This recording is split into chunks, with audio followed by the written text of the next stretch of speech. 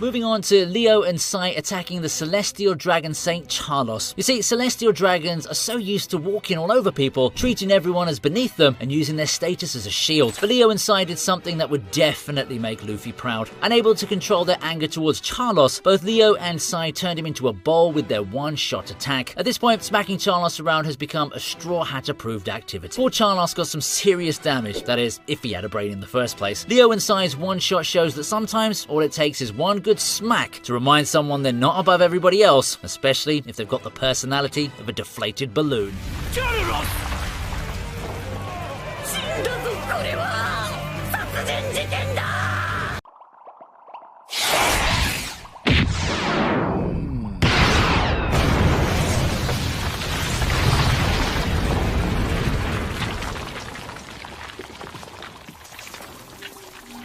Alright, it's about time Kizaru showed up and turned the Supernova's big dreams into a very painful reality check. You see, this was an amazing introduction to an admiral like Kizaru who effortlessly took out supernovas. I mean, that wasn't even a fight, it was a straight up execution. It actually felt like Kizaru was high during the whole fight. It even feels like he's on autopilot, like he's not even putting in 1% of his power, and yet he's out there annihilating every supernova who dares stand in his way. What makes this scene even better is Kizaru's whole vibe, chilled to the point where you wonder if he's even awake. He's got this bored look, moving at the speed of light without a shred of urgency, almost like he's bored. This moment is iconic because it takes the supernovas who'd been built up as serious threats and just flips them on their head in an instant.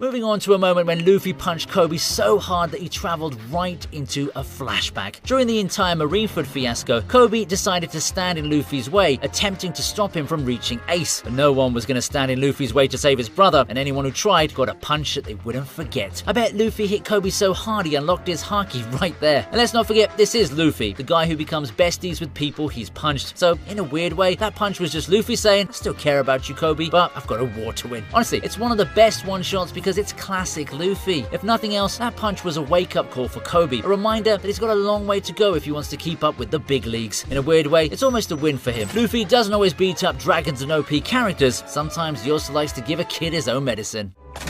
We